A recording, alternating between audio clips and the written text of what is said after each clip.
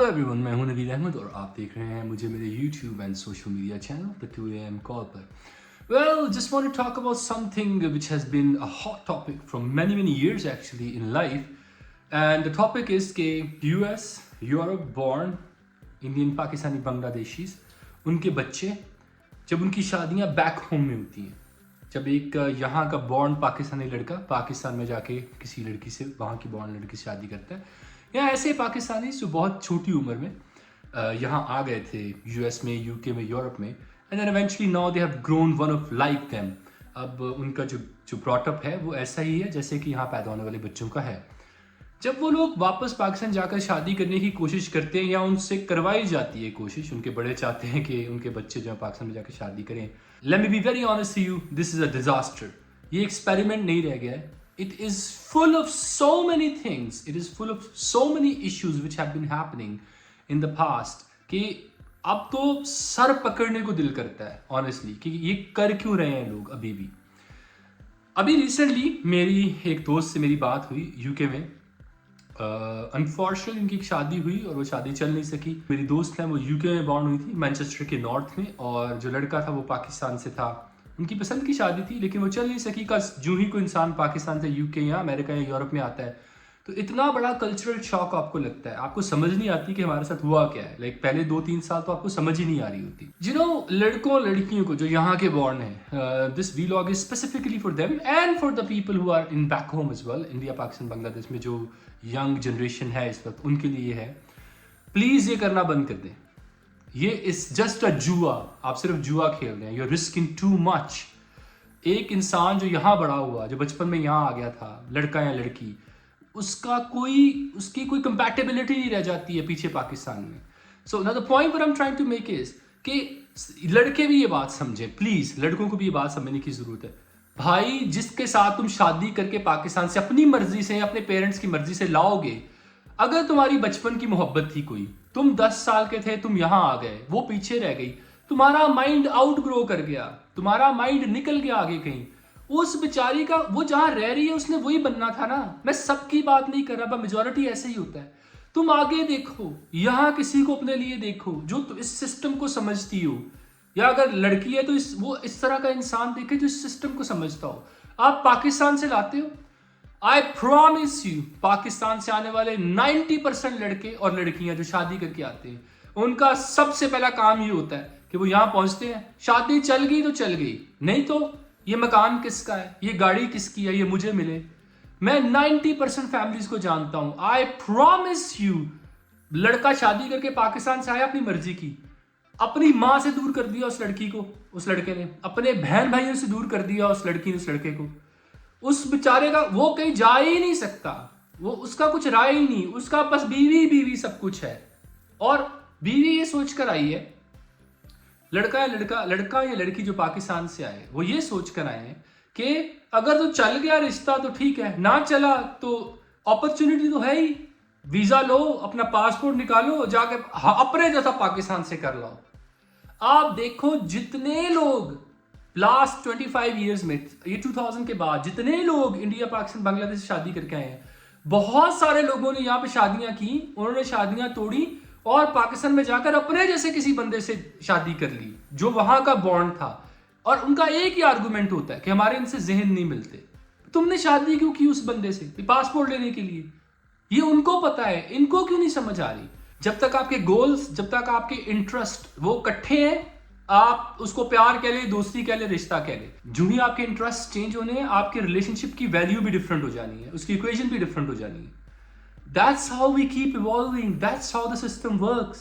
So अगर आप अपने पेरेंट्स की वजह से, उनकी एफर्ट से अगर आप बाहर आ गए हो, यहाँ पैदा हुए हो, मेजॉरिटी उन लोगों का सिचुएशन है जो यहाँ पर छोटी उम्र में आए थे और वो अपने को बचपन के साथ ही वहाँ पर छोड़ आए थे पाकिस्तान, इंडिया और बांग्लादेश में।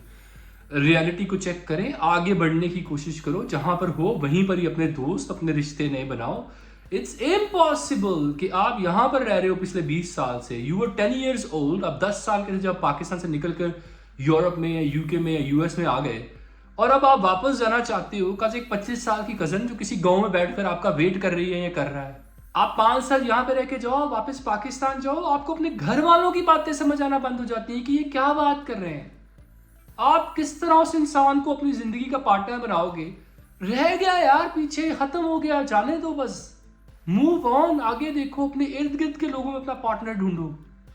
और एक ये बहुत बड़ी मिथ जो है कि पाकिस्तान में जो बच्चे हैं वो बड़े फर्माबरदार हैं और अगर हम वहाँ पे शादी करेंगे तो वहाँ से आने वाला लड़का या लड़की हमारी बात मानेगी। कुछ नहीं है ऐसा, ऐसा कुछ भी नहीं है, कोई किसी का फर्माबरदार नहीं है। It's just the matter of time. वहां से जो आते हैं उनके अपने प्रॉब्लम्स हैं, उनको पैसे कमा के पीछे भेजने हैं। एक इंसान ने सारी जिंदगी वो सब कुछ नहीं देखा, तो यहां पहुंच के वो एक महीने में देख लेगा या देख लेगी, वो तो करेंगे उल्टी सीधी हरकतें। मैं कितने लोगों को जानता हूं, एक लड़की अपने बचपन की शादी करने के लिए वो चला गया पाकिस्तान, यहां पे रहते थे वो उसको शादी करके लाए, अपनी माँ से उस लड़की ने उस बंदे को दूर कर दिया, अपने बहन भाइयों से दूर कर दिया।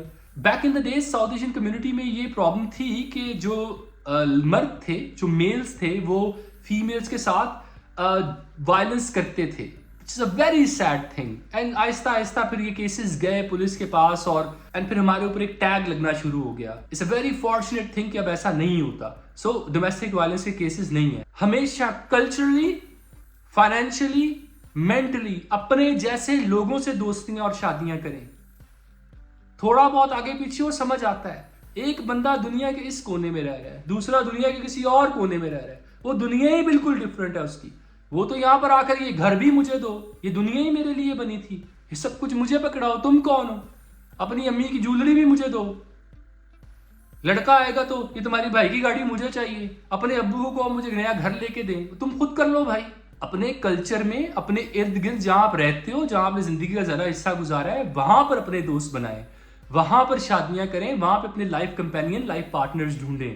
There is no point going back. बचपन की मोहब्बतें रिवाइव करना, रिश्तेदारियों को रिवाइव करने का कोई फायदा नहीं है। ये हरकतें करते करते हमने इनको इतना मजबूर किया है कि अब नॉर्वे में और यूके में कजन मैरिज में पाबंदी लग गई है। उन्होंने कहा हमने करने ही नहीं देनी है, ये तो बंद करो। ये क्या पूरे का पूरा एक पूरी खाला दूसरी खाला को ले आई है उठा के कि एक ही ब्लड लाइन में शादियां हुई जा रही हैं। ये क्या वे है जिंदगी? आपने उनको इस लेवल पर ले आए हैं हम कि उन्होंने कहा भाई ये बंद करो, ये नहीं हम करने देंगे।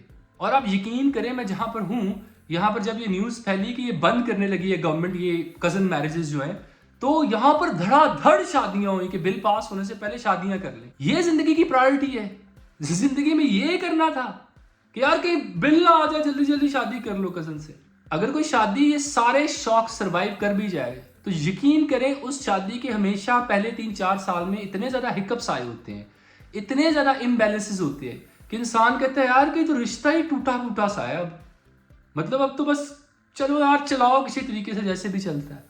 क्यों रहना है आपको ऐसे रिश्तों में? सो अपने पेरेंट्स से, अपने बड़ों के कहने पे या अपनी छोटी सी ख्वाहिश के पीछे कि मेरी चाइल्डहुड स्वीटहार्ट है पाकिस्तान में, या मेरा चाइल्डहुड स्वीटहार्ट है पाकिस्तान में, लड़का या लड़की वहां रहता है, उसके पीछे इतना बड़ा स्टेप नहीं लें। जब वो इंसान यहाँ पर आएगा तो आप ऑटोमेटिकली, मैंने एक पिछली वीडियो में बात कही थी, आप कहोगे यार तुम्हें ये भी नहीं पता, तुम्हें ये भी नहीं पता, तुम्हें ये भी नहीं पता कि लोगों में कैसे करना है बिहेव, एंड वहां से ट्रिगर होगी लड़ाई, क्योंकि वो इंसान एक डिफरेंट जिंदगी में रहा है 25-30 साल। अब आप उसको बिठाकर उसकी काउंसलिंग करना शुरू कर दो कि किस तरह कैसे बिहेव करना है, लोगों में कैसे बैठना है। लोगों से उनकी प्राइवेट बातें नहीं पूछते कि तुम्हारे कितने बच्चे हैं, तुम कमाती कितना हो या कमाते कितना हो, ये सब कुछ यहाँ नहीं पूछते। जो पाकिस्तान में हम पूछ ना ले तो हमें सुकून से नींद नहीं आती है। वहां पर कोई ड्रामा दिन में ना हम 2-4 देख ले रिश्तों का तो हमें सुकून नहीं आता जब तक हम वो सुन के आगे पहुंचा ना दे। अब आप उनकी बैठ के काउंसलिंग करना शुरू कर देंगे कि आओ मेरी मिसेस, मेरे हस्बैंड, आओ मैं तुम्हें बताऊं कि जिंदा कैसे रहते हैं। You are not and you must not be a counsellor of 20 or 35 years old man और women. It's impossible to do that. उनके पेरेंट्स का काम था कि उनको बताते कि जिंदगी में कैसे बिहेव करते हैं, रिश्तों कैसे लेके चलते हैं। तो क्या आप शादी के बाद एक लड़की एक लड़के को बिठाकर उसकी काउंसलिंग करेगी? आपका बेबी सिट कर रहे हो उसको? ये काम उनके पेरेंट्स का था कि बचपन में उसको बताएं कि तुमने बड़े होकर रिश्तों को कैसे लेकर चलना है। इट्स इम्पॉसिबल कि अब आप उस इंसान को चेंज कर सको। इनफैक्ट आपकी अपनी एनर्जी भी ड्रेन कर जाएगी और रोज की लड़ाइयां शुरू हो जाएंगी। आप उसको समझाने की कोशिश करोगे कि ऐसे बिहेव करो, ऐसे बिहेव करो, और वो पाकिस्तान से आया हुआ या आई हुई लड़का या लड़की कहेगी तुम क्या हर वक्त मुझे डांटते रहते हो जैसे मुझे कुछ पता नहीं है। भाई नहीं पता तुम्हें जहां तुम आ गए हो उसका, और कसूर मेरा या मेरे बड़ों का जो लेकर आए तुम्हें। So these are high times कि हम इस सब कुछ को रीवैल्यूएट करें, हमारे बड़े भी और हम भी, कि हमें क्या करना है क्या नहीं करना। And it's a very harsh thing to say, but I will definitely say ये मैं अपने बहुत दोस्तों को कहा है, लड़कों को भी और लड़कियों को भी, कि अगर खुदा ना खास्ता कि अगर ऐसा कुछ हो जाए आपकी जिंदगी में, आपसे खुद गलती हो जाए या आपके पेरेंट्स से गलती हो जाए आपके हक में, भाग जाए वहां से। जितना जल्दी इसको वाइंड अप कर लेंगे उतना ही बेटर है। यूरोप में, यूके में, यूएस में पेरेंट्स नहीं लड़ सकते बच्चों से। वो आपकी बहू जो पाकिस्तान से आई होगी या दामाद जो पाकिस्तान से आया होगा, वो उससे कैसे लड़ें, लेकिन ये लड़ेंगे, because that's how they think the life is. वो इतने इनसिक्योर आते हैं पीछे से। 90% लोगों की बात कर रहा हूं कि उनको लगता है यार कि हमारा सर्वाइवल इसी में कि सबको दबा के रखो, बिकॉज यही तो है पाकिस्तान में। जिस पे दम चलता है वो उसको मार देता है, जिसके पास बड़ी छड़ी है वो छोटी छड़ी वाले को मार रहा है। वो सब कुछ वो यहां ले आते हैं। अपने पेरेंट्स की इज्जत बचाएं, उनका सुकून बचाएं, उनके बुढ़ापे में उनको इस सब कुछ से ना गुजरने दें, ना खुद गुजरें। ये सारे एक्सपेरिमेंट्स बंद करें। These are very high times, we stop this. Wherever you are, get a partner there. यहाँ बहुत अच्छे लोग हैं जो आपसे कंपैटिबल हैं, जो लॉ को समझते हैं, जिनको जुबान आती है, जिनको सब पता है टैक्स से सिस्टम कैसे काम करते हैं। So all the very best to everyone who is going to get married in year 2025 and I would request कि ये वीलॉग खुद भी देखें, अपने सब जानने वालों को फॉरवर्ड करें, सब लोग इस वीलॉग को देखें, और इस वीलॉग में से कुछ भी ऐसा जो आपको रेलेवेंट लगे अपनी जिंदगी में, अपने सर्कमस्टांसेस के हिसाब से उसको कंसिडर करें। And I really hope and pray that we all will stay away and stay safe from all the people who are full of drama and toxicity. All the best. Bye.